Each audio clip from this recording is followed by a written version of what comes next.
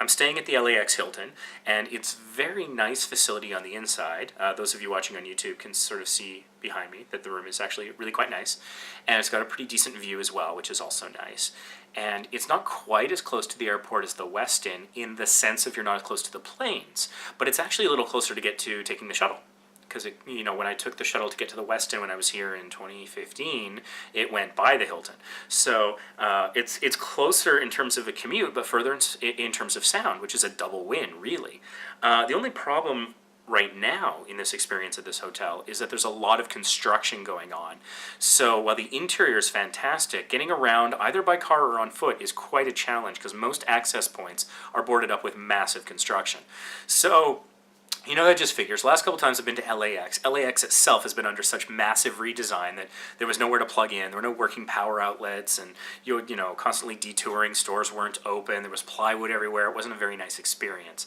And so it looks like the Hilton LAX is following in their footsteps, and now that's what they're going for. So their common areas are still quite nice, but it's just, you can't get to the area. There's like about a block away, there's a Carl's Jr., another block after that, a couple gas stations, another block after that is a Taco Bell, but getting there by foot is a little dodgy. You can do it, but it feels a little uncomfortable. Your narrow walkways that you got plywood and construction going on all around you. You have to basically walk in the street to get from the pedestrian access to the hotel to the sidewalk. So it's not ideal, and maybe that explains why I was able to get a pretty good price here. But yeah, it's a good hotel on the inside, and that's where, if you're spending most of your time, that's where it really kind of counts. And I was able to get a good rate, just kind of as a travel tip. They have something about like the Weekender Plus or something. Hilton, for their ad campaigns for years now, has been like, oh, be a weekender.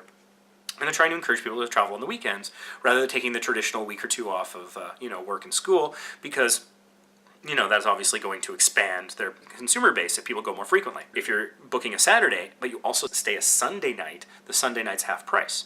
So when you average that out, this worked out to about $111 US per night prior to taxes and fees, which is fairly nice for the facility that this is. So I'm still fairly pleased with it, even if it is a little bit of a pain to walk in and out of. This is a clip of a longer audio podcast that you can listen to at vacationimpossible.podbean.com or on your platform of choice for podcasts, such as Stitcher, iTunes, and Google Play.